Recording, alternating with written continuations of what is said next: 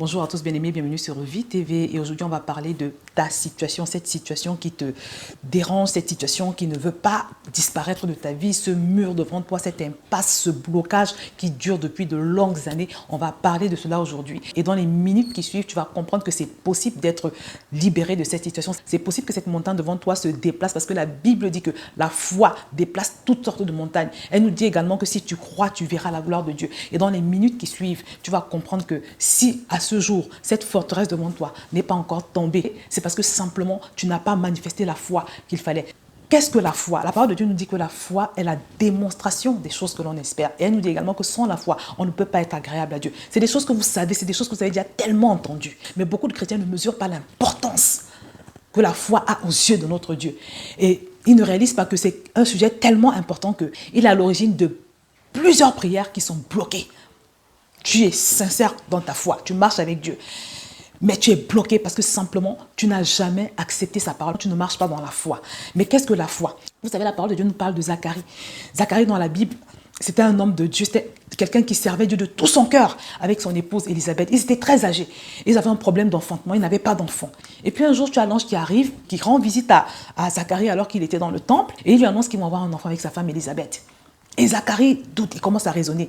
Il commence à dire des choses du genre, mais vu notre âge, vu comme nous sommes âgés et tout ça. Et le fait pour lui de raisonner, de douter, a tellement énervé le Seigneur que Zacharie s'en est tiré avec un mutisme. L'ange lui a dit, parce que tu as douté, tu vas devenir muet. Donc il est devenu muet. Il est resté muet pendant toute la durée de la grossesse de son épouse. Donc ça, c'est les conséquences de l'incrédulité. Et le jour où j'avais lu ce passage, mes bien-aimés, j'ai réalisé à quel point Dieu déteste l'incrédulité. Et j'ai compris pourquoi il nous dit également dans Jacques que celui qui doute ne doit pas s'imaginer qu'il recevra quelque chose de Dieu. C'est des paroles que Dieu nous donne et que nous prenons à la légère.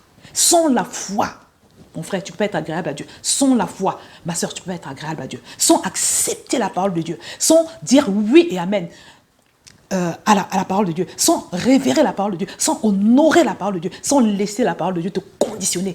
Non seulement tu ne verras pas ta vie changer, mais tu ne pourras élever aucune prière d'autorité. Tu ne pourras pas résister au diable. Parce que la Bible nous dit qu'on résiste au diable par la foi. Elle nous dit résister au diable avec une foi ferme.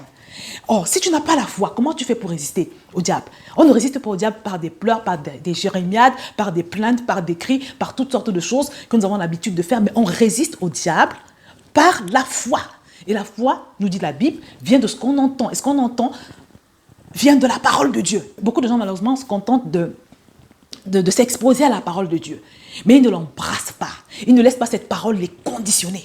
Parce que ce problème que tu as dans ta vie, que tu n'arrives pas à confronter, tu n'arrives pas à développer la foi qui est nécessaire pour faire face à ce problème. C'est parce que simplement tu n'as pas laissé la parole de Dieu te conditionner. Parce que la Bible dit que la foi vient de ce qu'on entend. Tu sais par exemple que la Bible te dit que tu as reçu un pouvoir sur le diable. Tu le sais intellectuellement, mais tu n'as jamais accepté cette parole. Tu ne l'as jamais avalée. Tu ne l'as jamais laissé te conditionner. Et c'est pour ça que tu n'arrives pas à te voir au-dessus du diable. Or, c'est quand tu te vois au-dessus du diable que tu peux le vaincre. Tu sais par exemple que la Bible dit qu'il y a de la puissance dans le sang de Jésus et que tu es marqué par le sang de Jésus, que Jésus a pris ta place dans cette stérilité que le diable veut maintenir dans ta vie, que Jésus a pris ta place dans cette situation d'affliction, cette situation d'esclavage que le diable veut maintenir dans ta vie. Mais tu n'as jamais laissé cette parole te conditionner. Tu n'as jamais épousé cette parole, tu n'as jamais embrassé cette parole. Tu ne marches pas dans l'assurance de cette parole. Et c'est pour ça que tu n'arrives pas à entrer dans ton miracle. Parce que pour Dieu, je vous l'ai dit, la foi est un principe. Donc, mon frère, ma soeur, la foi, comme la Bible nous le dit, est une ferme assurance des choses que tu espères. Donc, la foi, c'est la ferme assurance de ce que Dieu dit. Et cette ferme assurance, tu l'acquiers une fois que tu avales la parole et que tu la laisses te conditionner. Maintenant, on va parler de la deuxième chose, la démonstration. Comment est-ce qu'on fait pour démontrer sa foi au Seigneur? Parce que le Seigneur est sensible à la démonstration que tu vas faire de ce qu'il te dit.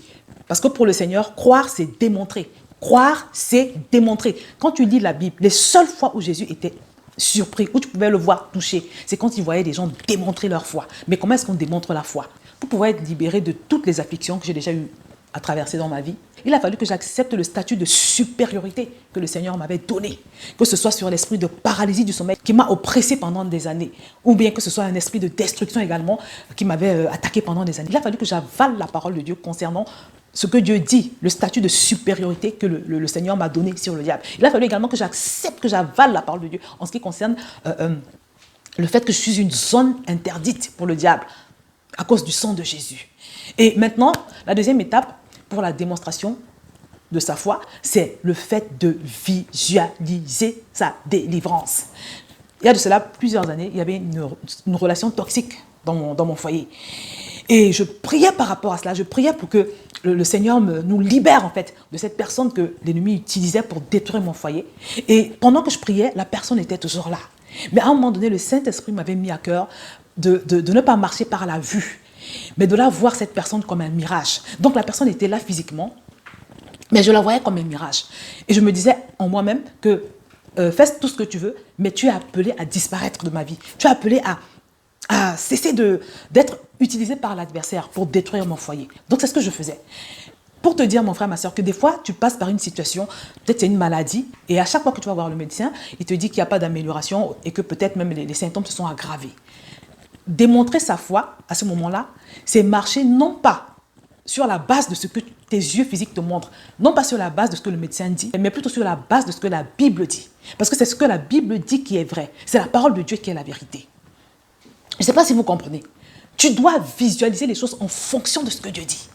Le diable est un menteur. Toutes ces choses qu'il fait dans ta vie ne sont que mensonges et mirages. Tu dois les considérer comme un mirage, en te disant chaque jour que la vérité, c'est ce que mon Dieu dit. Et tu dois visualiser ce que Dieu dit. Tu dois te voir dans ce que Dieu a prévu pour toi. Tu dois tout le temps te focaliser sur ce que Dieu dit et sur ce que tu crois qu'il va faire dans ta vie. Si tu as un problème de célibat forcé qui dure depuis trop longtemps, tu dois te voir marié. Tu dois en permanence avoir une vision de toi dans ton couple, marié à une femme de destinée, marié à un homme de gloire. Si tu as un problème d'enfantement, tu dois te voir enceinte. Si tu as un problème, je ne sais pas, d'endettement, tu dois te voir libéré de toute forme de dette. Tu dois te voir vivant dans le plus cassé. Tu dois te voir, c'est tellement important. Chaque matin, si nécessaire, tu dois te prêter à une sorte d'exercice de visualisation, si nécessaire. Et l'autre chose à faire également, c'est de proclamer, déclarer ce que tu veux voir. Mon frère, ma soeur, bannis le langage de défaite, le langage de plainte, le langage de victimisation. Mais ouvre ta bouche pour déclarer ce que Dieu dit concernant cette chose pour ta vie. Mais bien aimé, j'ai connu une femme dont on avait dit qu'elle était stérile. Et ça faisait un moment que ça durait, des années que ça durait. Et à un moment donné, elle a été remplie d'une sorte de colère, une sorte de révolte, une sorte de foi. Elle ne connaissait même pas encore le Seigneur comme toi et moi, nous pouvons le connaître. Mais il y a eu comme une révolte en elle. Et elle a décidé qu'elle allait croire avec le peu de connaissance de Dieu qu'elle avait. Donc, tout le temps, elle répétait, « Je vais accoucher, je vais accoucher, je vais accoucher, je vais accoucher. » Elle le disait à qui voulait l'entendre, « Je vais accoucher, je vais accoucher. » Et qu'est-ce que vous croyez qu'il s'est passé? Cette femme a fini par tomber enceinte et par avoir un enfant. Il y a une puissance dans la proclamation, il y a une puissance dans le fait de proclamer, surtout quand cette proclamation s'appuie sur la parole de Dieu pour toi. La Bible te dit que tu ne mourras pas, mais que tu vivras et que tu raconteras les œuvres de l'Éternel.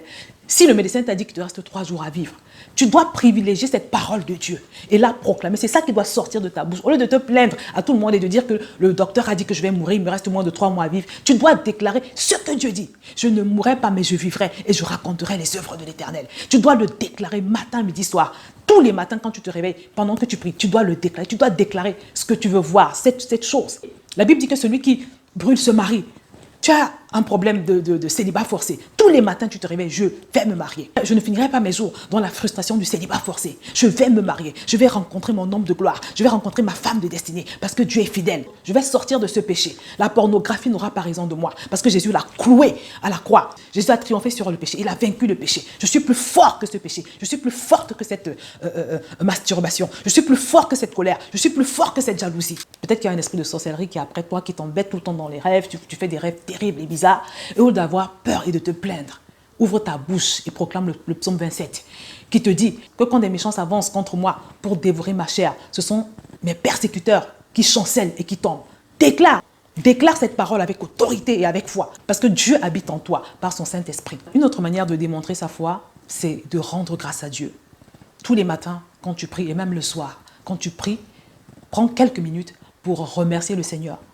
Parce que tu crois que cette chose, tu l'as déjà. Parce que la vérité, c'est que toutes ces choses pour lesquelles tu pries, ta délivrance que tu demandes au Seigneur, tu l'as déjà obtenue à la croix de Golgotha. La Bible nous dit qu'à avant de rendre son dernier souffle, Jésus s'était écrié « Tout est accompli ». Donc, quand nous prions en réalité, nous prions pour la manifestation de ces choses. Donc, tous les matins, tu remercies Dieu pour ton enfant que tu vas bientôt concevoir. Même si le docteur a dit que tu es stérile à vie, tu remercies Dieu pour ton mari que tu vas bientôt rencontrer, pour ton épouse que tu vas bientôt rencontrer, pour ce péché que tu vas bientôt écraser sous tes pieds. Tu remercies le Seigneur pour cette maladie qui va bientôt disparaître de ton corps. Tu rends grâce à Dieu. Tu manifestes une attitude de célébration, une attitude de joie, une attitude d'espérance. Parce que Dieu ne peut pas échouer. On n'a jamais vu Dieu échouer. Rien n'est trop difficile pour lui. Il est tout puissant. Et un grand Dieu et un tout petit problème, comme je le dis toujours. Et célèbre le Seigneur en lui disant que tu es trop grand pour que cette situation puisse me résister. Bannis toute forme de tristesse et que toutes les personnes qui t'entourent te trouvent toujours dans la joie. Tu es joyeuse parce que tu crois que le Seigneur va le faire. Parce que tu as choisi de regarder à la grandeur de Dieu plutôt que à ce problème dans ta vie. Tu as choisi de croire que la grandeur de Dieu va avoir raison de cette situation dans ta vie. Il y a une puissance, mon frère, dans le fait de louer Dieu dans l'épreuve, dans l'affliction. Et louer Dieu dans l'affliction ne signifie pas que tu es content de traverser cette affliction, mais cela signifie que tu te réjouis de la puissance de Dieu. Tu te réjouis de savoir que ton Dieu est plus grand que cette situation que tu traverses. C'est l'expérience de Paul et Silas quand ils sont retrouvés emprisonnés dans le cadre d'une persécution qu'ils traversaient à cause de leur amour pour le Seigneur. Ils ont été emprisonnés et la Bible nous dit qu'à un moment donné dans la prison, ils ont commencé à louer le Seigneur de tout leur cœur, de toute leur force. Et pendant qu'ils louaient le Seigneur, les murs de la prison sont tombés. Ça, c'est la puissance de l'action de grâce, du fait de célébrer le Seigneur, de l'exalter, de te focaliser sur sa grandeur pendant l'épreuve et de le célébrer pour cette grandeur. Il y a une puissance que vous n'imaginez pas là-dedans. Donc, je t'encourage à avoir cette attitude d'action de grâce et de louange pendant l'épreuve. Parce que c'est une manière pour toi de marquer ta confiance en Dieu. C'est une manière pour toi de démontrer que tu n'es pas ébranlé par ce que tu traverses, mais simplement tu te réjouis de ce que ton Dieu est largement au-dessus de cette circonstance. Donc, mes bien-aimés, vous l'avez compris aujourd'hui, pour beaucoup d'entre vous qui me regardez aujourd'hui, vous devez cesser de demander toutes sortes de choses au Seigneur, mais vous devez commencer à prier pour grandir en foi. Vous devez commencer à supplier le Seigneur de vous aider à avaler la parole de Dieu, de manière à lui permettre de vous conditionner, parce que c'est ce qui va vous rendre fort et qui va vous donner la stature spirituelle qui est nécessaire pour que vous puissiez confronter cette situation. Deuxièmement, prenez le temps de visualiser et de proclamer votre délivrance. N'hésite pas à prendre autorité sur l'esprit qui agit derrière cette situation dans ta vie, en prenant à témoin la parole de Dieu, en la proclamant chaque jour que Dieu fait. Enfin, sois dans une attitude d'action, de grâce et de louange, en te focalisant sur la puissance de Dieu plutôt que sur la nature du problème. Persévère là-dedans et je peux te promettre, mon frère, ma sœur, que tu verras la gloire de Dieu. Que le Seigneur te bénisse.